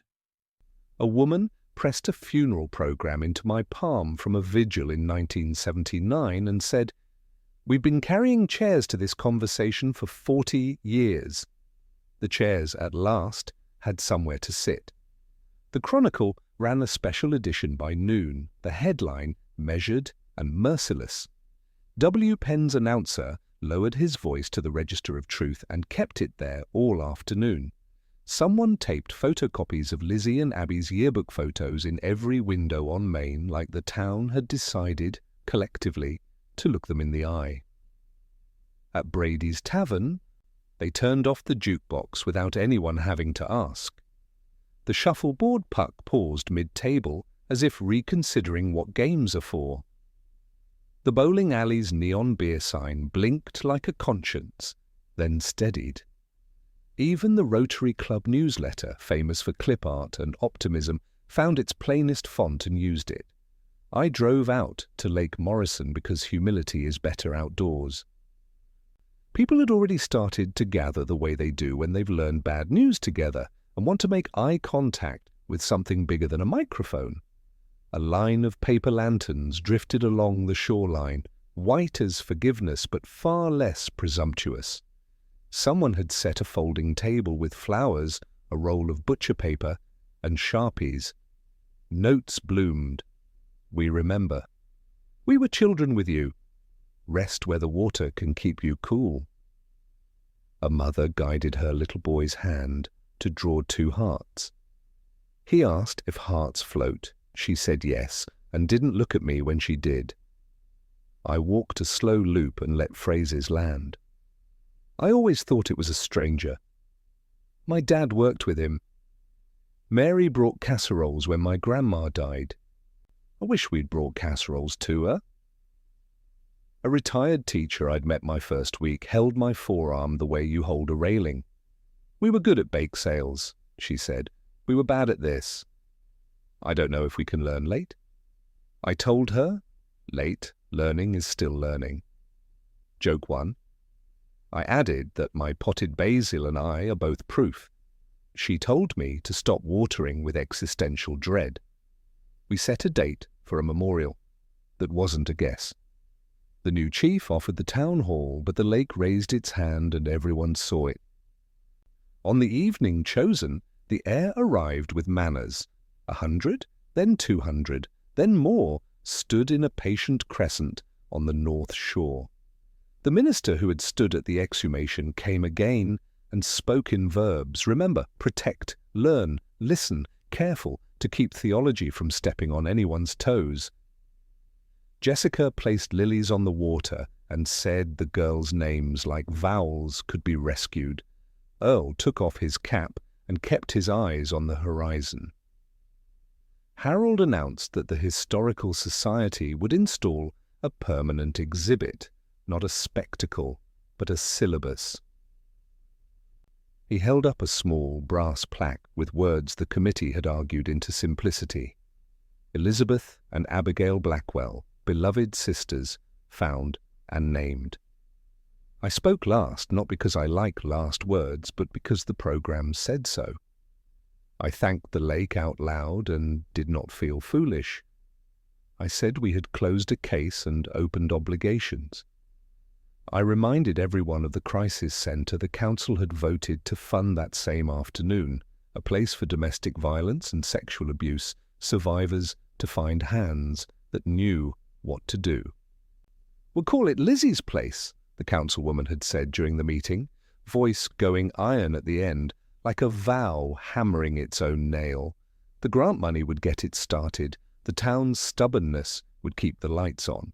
Volunteers signed clipboards so fast the pens squeaked. In the weeks that followed, Millfield practiced after. The school board revised reporting protocols so they no longer required a roadmap and a promise. Teachers attended trainings where the slide decks were not polite. Kids learned phrases like mandated reporter and boundaries without the grown-ups flinching. The police department, this one with computer screens and a budget line for hope, stood up a cold case unit in a room reclaimed from old storage. We painted the walls the colour of work, put a pot of coffee on in the morning, and named the conference table Morgan for the chief who had eaten Mary's vigil cakes and carried the file like a second badge. I took the first week's shift with 2 detectives who wore competence like well-fitted jackets. We met with the state lab about which evidence lockers could be coaxed into telling other decades-old truths. We made a list of families to call, not with promises but with invitations. We applied for a federal grant written in the tone of an earnest cousin on my desk. I kept the girls' photocopied photos under a paperweight shaped like a fish. People brought in memories as if they were deposit slips. Not every slip turned into currency. Enough did. The Historical Society's exhibit opened on a Saturday that smelled like cinnamon and fresh paint. No ribbon cutting. Harold said ribbons were for parties, but he let the mayor hold the door and call it ceremonial. Inside, the glass case held the yearbooks, the diary printed in facsimile, photographs that had learned how to hold both joy and indictment at once. A wall panel explained the drought, the science, the chain of custody, like a civics class finally nailing the lesson. On a small shelf, the space Harold had kept empty now held a single object, a map with pushpins from the command center, repaired where the paper had thinned, the pins recast in brass so they'd quit wounding the past. People stood in front of the case and took turns not talking. In a corner, a touchscreen invited visitors to learn about the new resources, Lizzie's Place, the hotline, the school liaisons, the anonymous tip portal that didn't make you feel like a coward for wanting privacy. We set up a donation jar with a label no one had to argue to approve, for the work that isn't glamorous. It filled. Joke 2, a teenager dropped in a roll of quarters and said, "For laundry," and I told him that was the most honest earmark I'd ever seen. When the cutters were finally released from evidence months later, Harold photographed them like you would a comet, rare, real, not romanticized. He put the photo in a binder labeled Objects, Not Fetishes. The actual tool lives in the archive, not on display. The exhibit shows a picture of a flashlight instead, a reminder that good light belongs to everyone. I kept up my rounds, lake, mill lot turned strip mall. Sycamore, because places age faster when you stop visiting. The shopping centre hung a small plaque at the edge of the lot near a tree that had once been a wisecracking sapling. It read, "On this ground stood the Millfield paper mill. We do not mistake industry for innocence." The store managers argued about the phrasing. The plaque committee out-argued them. I like living in a place where committees can be brave. People asked me if I felt relief. I told them the truth. Relief is a guest, not a tenant. It visits, brings a decent bottle of wine, and leaves before the dishes are dry. What stays is quieter, a town that learned how to pronounce what happened without spitting or whispering. Jessica and I got in the habit of walking the path to the lake on Sundays. We practiced silence most weeks, then traded jokes on the uphill to keep the lungs honest. Joke 3. We named the steepest part Qualified Immunity because no one should be expected to enjoy it. One evening near summer's end, a breeze troubled the lake into lace. A kid farther down practiced skipping stones, mostly failing, which is the curriculum. He whooped when one stone found 5 little hops. I looked out to where the water darkened and said the girls' names to myself, then to the day. Not prayers, not spells, roll call, present, present. I touched the plaque's edge and felt the metal cool my fingers the way fact cools rumour. We held one more gathering in the gym, this time for process, not grief. Rows of folding chairs faced a projector that decided to work on the second try, in deference to the solemnity of the occasion. We walked through new policies with parents whose questions sharpened where fear lived, but whose gratitude kept tugging the edge of the room back toward light. I ended the session by inviting anyone who wanted to see the cold case room to line up. They did. One by one, they looked at the wall of boxes labeled with names and dates that used to be only rumors. They touched the table named Morgan and left a handprint of promise on the varnish. When I finally turned off the lights that night, the gym did its echo thing, returning my steps in smaller versions, like an apology for all the years it couldn't do more than hold a map. I locked the door, slid the key into my pocket, and let the dark do what it does best when it's on our side, make the stars look closer than they are. The town was never going to be innocent again, and I find I don't miss innocent. I prefer honesty. It stains less and lasts longer. Tomorrow I'd start the paperwork for the scholarship fund the council approved. Elizabeth and Abigail's names on a cheque that would clip a future to a kid who wanted to study the bones of truth or the muscles of care. Tonight, I went home and wrote 2 names on the first line of a new notebook and, underneath them, one instruction: keep listening. I don't keep trophies, but I keep appointments. In the months after the press conference, my calendar filled with the kind of work that doesn't pose for photographs. Grant reviews for Lizzie's Place, trainings for officers who've learned to replace bravado with fluency, school assemblies where a gym full of 8th graders try to look unimpressible and fail right on cue. I brought the case with me like a field kit, diary pages in facsimile, a slide of the shoreline flags, a photo of the brass-pinned map, and let evidence do what it's best at when we get out of its way: teach manners to certainty. When the Q&A gets quiet enough, someone always asks, "How do you know when a silence is hiding something?" And I say, "When it keeps its eyes down while everything else is looking up." The cold case room learned my footsteps the way a porch learns a family. Box lids sighed when opened. Files that had been nouns, titles, dates, grew into verbs: listen, compare, test, call. We built new templates out of everything Millfield taught us. Start with the ordinary, honor the artifacts, distrust the shortcut that flatters your hunch. I wrote these on the whiteboard in a clumsy hand that made Patience look like a person you could introduce at parties. Earl came by some mornings with coffee that could strip paint and stories that could strip pretense. He'd sit at the table named Morgan and tell the room, "We're not here to be heroic. We're here to be awake." Joke 1. I pitched "awake, not heroic" as a T-shirt. Procurement suggested a font that looked tired on purpose. Jessica and I took our Sunday walks even when the path sulked under November. She brought a thermos and a blanket and the kind of honesty that walks beside you without checking its reflection. We didn't rehearse the Blackwells anymore.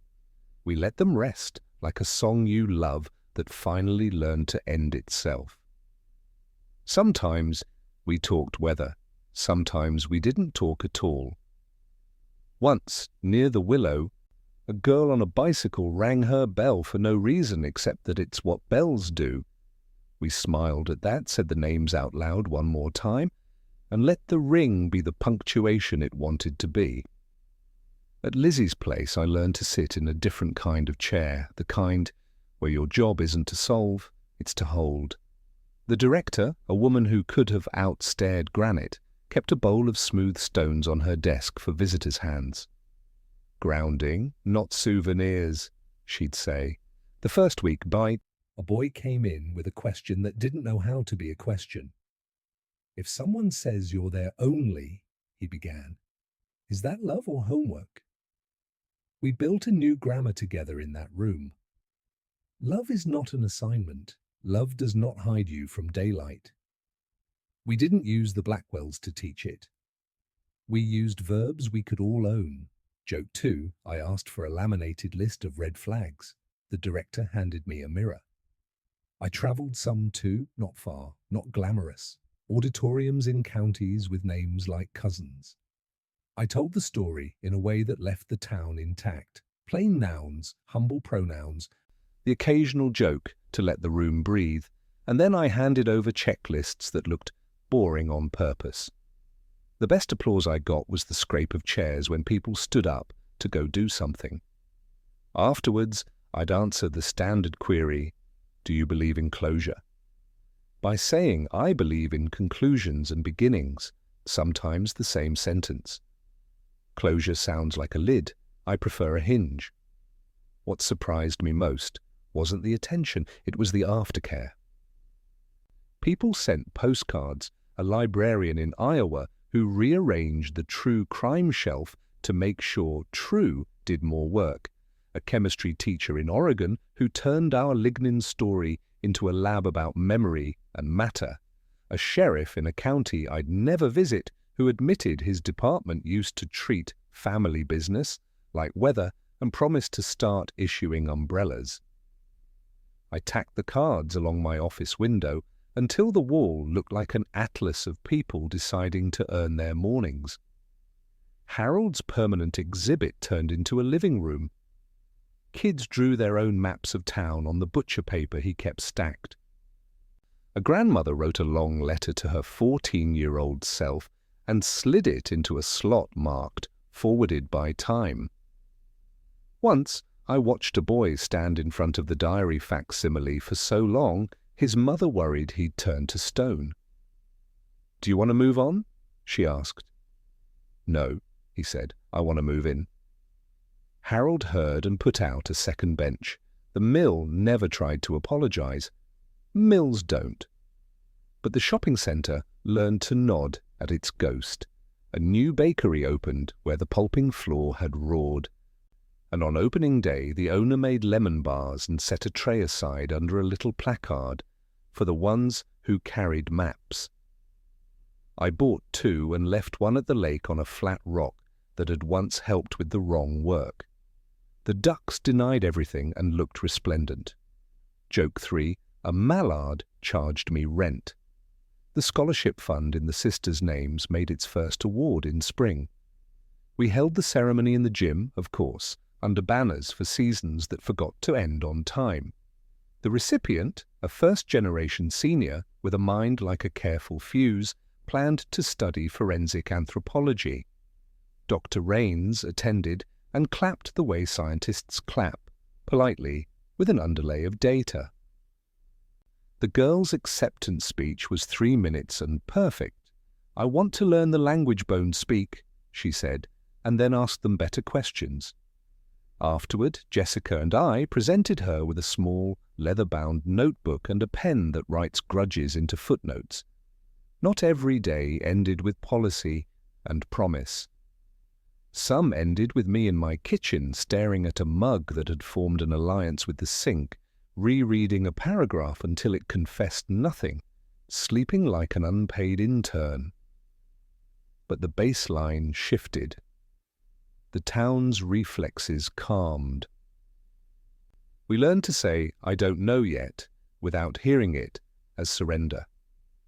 When a new case came through the door, a 1983 disappearance that had lost its file jacket, we didn't flinch. We set out the stones, literally and otherwise, and started again. Map, voices, artifacts, waterline, light. On a winter afternoon edged with pewter, I went to the cemetery alone and stood between Richard's name and the 2 markers that had stopped being placeholders and started being addresses. Snow made a quiet grammar over everything. I told the sisters about the scholarship award and the boy at the exhibit and the bakery that learned to repent by feeding people well. I told them the lake had behaved all summer, and the ducks had joined a union. I told them that silence still lives here, but it pays rent now and the neighbors know how to knock if the music gets strange. I carry this case differently than the ones that came before, not heavier, not lighter, truer in my hands, like a tool I learned to use without nicking the work. When I think of what the lake taught me, it isn't poetry, it's practice. Listen with the patience of mud. Keep records, even when you think you won't need them. Trust that water returns what it owes when drought shows its ledger. Mostly it taught me what Jessica knew before I did. People don't vanish. We lose track of the path they took. My job is to re-walk it without getting sentimental about footprints. Evening comes earlier now. The cold case room turns its lamps on and looks sturdier than it is. I lock up set the alarm, and pocket the key, which has learned the shape of my hand. On the way out, I glance at the whiteboard where someone, probably Earl, has added a sentence beneath my rules. Justice is a verb, conjugate daily.